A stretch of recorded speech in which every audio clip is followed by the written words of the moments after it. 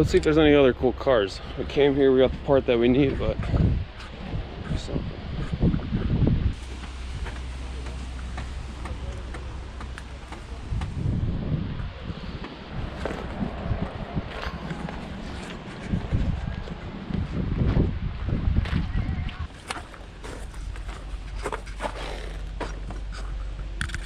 Got some stangs over here, some new edges. This Fox been sitting here for a while.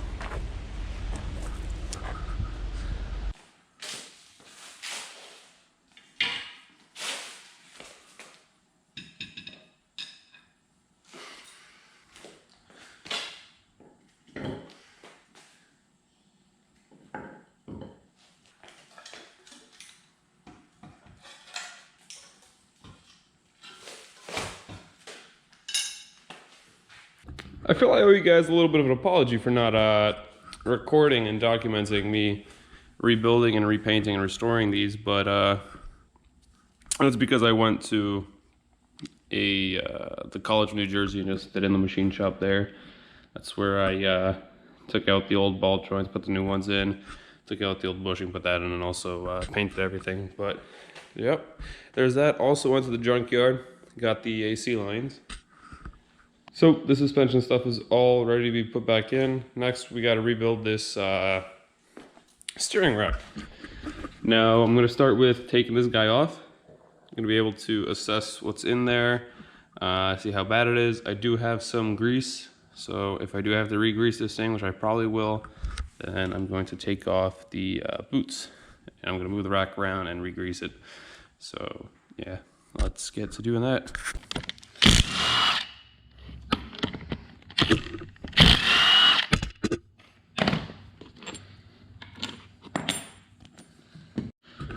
Alright, so the clips that are on the side, they're off. Honestly, just push them off with a screwdriver, pliers, you can just rip them off. But I'm not going to be using these, I'm just going to use hose clamps, hopefully.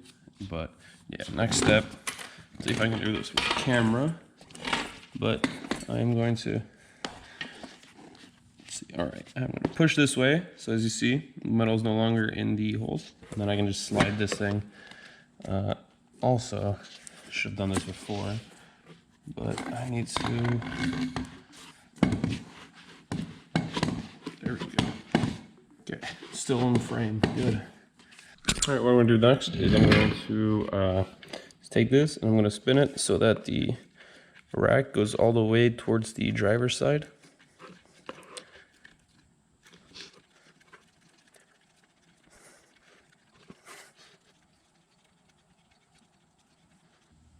Okay, that would be that. So now I'm going to take this boot. I can move it over like that and then you can see it. So I'm just going to take it out now. Just like that. And boom, it's out. I'll show you what you have to do next. Here is the new one. Can tell. So what we want to do is we want to take out these old ones just like that. So yeah, this is the factory one. Honestly not, I mean, there is wear a little bit, but it's not garbage, it's not cracked or anything. It's still pretty hard. So what you're gonna want to do is you want to clean these guys up really well, get all the old grease off of it.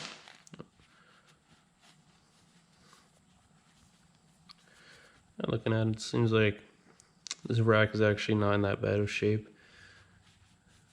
It's not too much wear on these. Normally you take these out and you're going to see a lot of just like wear, and you can tell whether or not the rack is in good shape or not. But yeah, I'm surprised. I mean, the chassis of this car has a lot of miles, so I was expecting this to be a little bit of a nightmare, at least when I see it, but it's not that bad.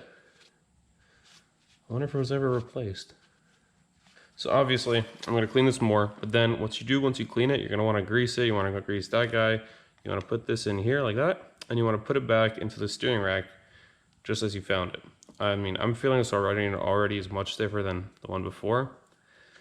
These one and the machining is perfect. I mean, There's no gaps, so I'm happy with this. You don't want to use an aluminum one or you will wear your rack out, so that's something to be careful about.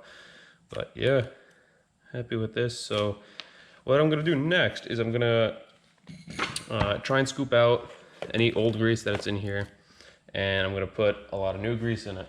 So I'll see you once I'm done with that. All right, so I got it all greased up in there. These are all greased. I pressed it in right now, and so it's sitting in there nicely. What I'm gonna want to do now is I'm gonna want to rotate the rack back into the center. So I'm just gonna spin it the other way. So there we go. That's about center. I'll just leave it there for now. I'm gonna want to reclamp these sides. So I'm gonna see if I can use some hose clamps. If not, I might have to go to the store and grab something that'll work. All right, so the steering rack's rebuilt and it's put back in. Still got to find a new ground because I snipped it when I took it out. But yeah, that's back in. Gonna have to put the inner tie rods in and then that like support brace, and then that part will be all done. But before I touch any of the suspension stuff, I'm going to want to install the cross brace for the subframe. So I'll get to that.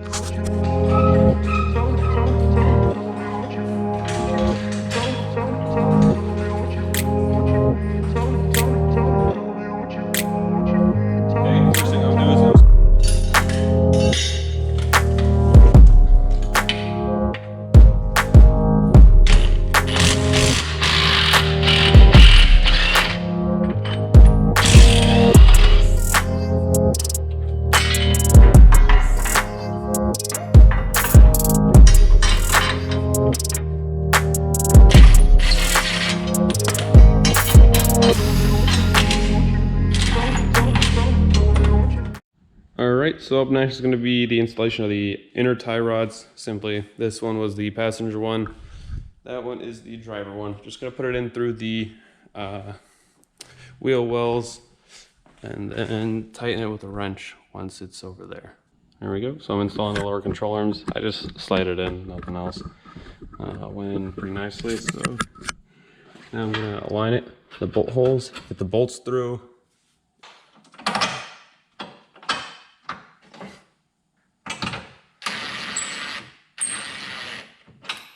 Not torquing it, just leaving it like that for now.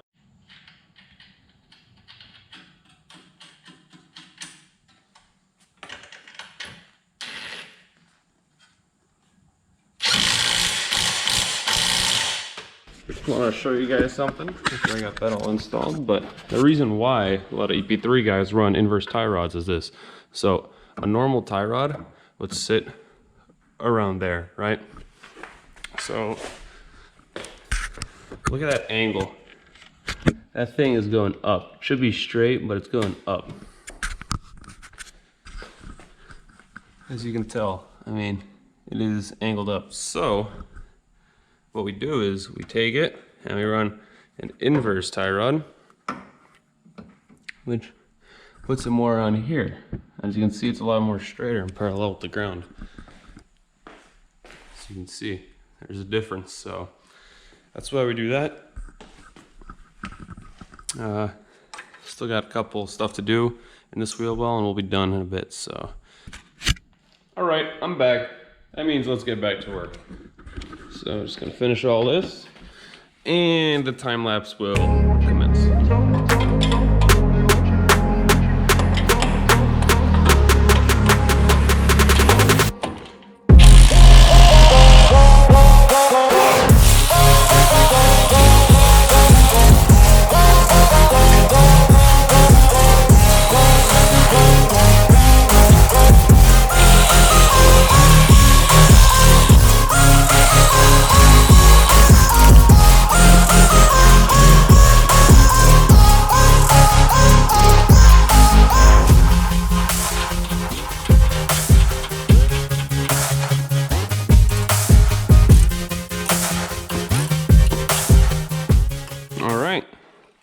So that's everything. Actually, no, I still have the sway bar, but I'm doing the sway bar at the end. I want to make sure the other side's all good, and then I put the sway bar in together. So yeah, Now I'm gonna do everything that I did on that side. I mean on this side, I'm gonna do it on that side, so yeah.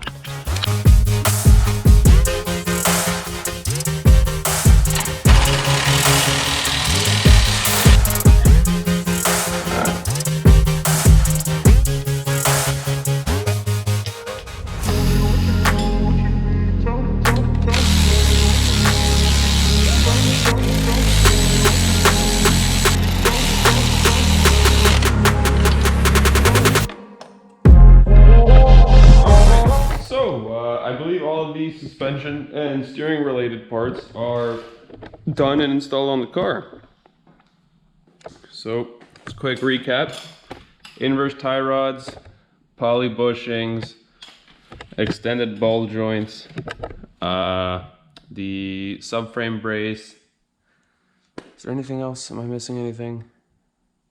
I don't think I'm missing anything, but I think everything I just listed off and installed is going to make a very big difference to the handling of this car, and I cannot wait to experience it. So, next thing I got to deal with is probably the air conditioning system. Just install all the new stuff and wait for the alternator to arrive, and then I can officially finish the front end. Still have that stuff that I got to wire up. I got that ground right there for the steering. I have the gauges that I want to wire up, but I'm definitely not in the mood to do anything with wires right now. Oh, I actually forgot. I can install the this brace, the actual factory brace that goes next to the steering rack. So, yeah. All right, so it's the next day. Amontes is back from his vacation, and he's wiring up a few sensors. Vacation, man, I was working. Hey man, you're still back from your vacation though. But yeah, we're wiring up some wires. Got the water temp sensor here. I'm getting the sandwich plate ready with the oil pressure and the oil temp gauge. Gonna get that mounted back there. He's running the wires. I'm gonna take the fender liner off because I know there's a nice hole in grommet over there that will lead us straight underneath the dash, and it'll be perfect. Yeah, that'll actually... We're only gonna do these 3 gauges for now, which is the 3 I mentioned earlier. Too lazy to do the other ones. It's the 3. So you have oil temp, water temp, and then oil pressure. Oh, we get oil temp as well. Yeah. Oh yeah. I mean, we still got a couple gauges in the box though. Boost gauge for the oil. Man, we got the air fuel ratio gauge. We got the fucking water temp we already did. Oh, dude, what about the fucking exhaust temperature gauge? No, that's a thing. That's a thing. Dude, look at how much it costed brand new. This is like 20 years ago, $145. Who's in the right mind to put an exhaust temp? I bought it for $10. I mean, it was like 20 bucks. I don't know, but yeah, dude, got to have the exhaust temp gauge. You can probably measure temp. Got this for the future. Not gonna say anything about it, but yeah, you can measure temp of anything with that gauge, though. Yeah. Yeah, let's hook it up to your power steering rack. I was thinking a cabin, so we can find out like how you know how hot it is in the cabin, right? Yeah, true. Yeah. But all right, we'll get all that stuff done. What else do I need to do? Probably do an oil change at the same time. Still got a bunch of AC stuff to do, but of course, as it always is, we're waiting on the alternator. It's supposed to be coming in today, which they changed it to tomorrow, and now it's going to be here in 4 days. So yeah, this thing is sitting. Hopefully it shows up. If not, the EF is not going to have an alternator anymore because, I mean, it's a K series. I can just use it. But yeah, part out. K series, EF, part out. Let me know what you guys need. Mint K20, never been abused. Hey, that's coming full circle now from the very first EF video. All right, so the plate is in there. Wires are ran. Here above the fender liner, and the fender liner goes here and comes out from under the dash. And over here is some wire heaven. Yeah, nest heaven. It's a fucking nest. So yeah, so once all that's done, just gotta wire up the ground and wire up the dimmer and the switch, and it'll be done. Yeah, once we're done wiring this up, we're probably gonna go home, edit a video, make a thumbnail, and post the video. Today, I believe, is the 19th, but this video will probably be posted, who knows? A month from now, a week from now, 2 weeks from now, you won't know. I'll know, but you won't know. All right, we're back. Alternator came in.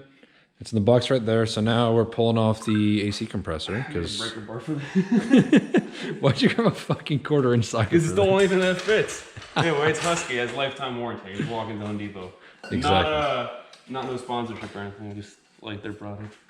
Yeah. So he's turning it back from a race car into a normal daily driver by putting the AC compressor back in. What do you mean race car normal? Race cars can have AC. I'm just gonna be flexing on all the people without AC, you know? True, except there has to be a little Terpsky over here now because you're putting the AC in. I'm gonna have twin turbos. You're gonna be the alternator, which is a turbo, and I'm gonna have the compressor, which is a turbo. So that is true. That is more two motors right there. Oh my goodness. This bolt's fucking impossible to get to with the subframe in the way. It's stuck now. I'm glad I haven't had to do anything in my J series because this thing barely fucking fits in the EP3 chassis. I don't really have to do anything on my J series, but I cannot wait until I have to do something. It's gonna be worse than this. If you have to do something, just sell it. Yeah, actually, I think that might be the move. It's like, oh, gotta replace the transmission or it's going out. You know what? Off you go. Off you go, indeed. Off you go. If Carvana offered you, like, what was it, 12 or 13? Dude, they offered me $15K when I bought the Accord for yeah, 10K. Sell that thing. I should have. I mean, now you got the premium 19-inch wheels. And yeah, but I have the fucking coilovers and all the camber arms and shit like that. They're gonna give me like 3K max for it. Your puppies are gonna love it. All right, so alternator and the compressor's in. Next, I'm going to just go to these lines and I'm just going to replace every O-ring that came out of the kit. Also going to replace this canister. I'm pretty sure it's called a dryer or something like that. But yeah, I'm not going to be recording too much of the AC stuff. This is just like maintenance and probably really boring for, so either I'll be done next time I'll see you or I'll do a time lapse, so we'll see. Okay, so a few updates. Everything's back together. The brace is back in, the radiator is back in, condenser's back in. AC compressor lines are hooked up, so everything's finished in the engine bay. These wires are fixed now. Everything's routed cleanly. We don't have the negative hooked up yet. We're just gonna fill it up with coolant.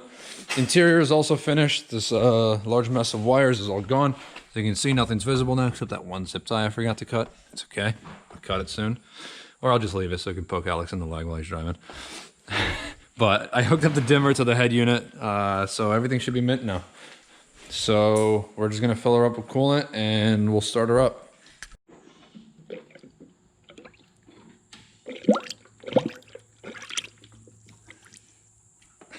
Anyways, we're getting the battery hooked up now.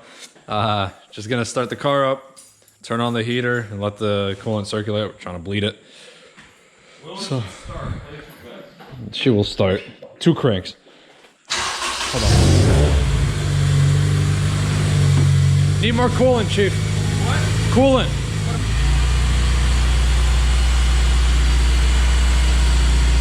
Fine. Are the gauges working?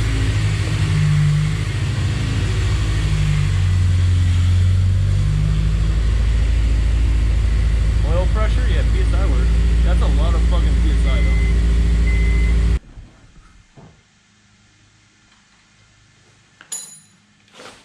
Is it tightened? Yeah. Okay. All right, so we're just bleeding the brakes now before we take it for a test drive. So we go then. All right. So Civic starts, runs and dries. Had a loose ground somewhere. Still got to replace the thermostat because it's stuck. It's closed. So I'm not able to bleed that properly. And so can't really do the AC. Also got to get an alignment, so I can't really do a test. So either it'll be in the next video if this one's too long, or the video simply will get posted like a week or 2 later because I gotta get all that done before I post it. So yeah, but here it is. Off camera I did respray the bumper. I got rid of the side markers with fiberglass,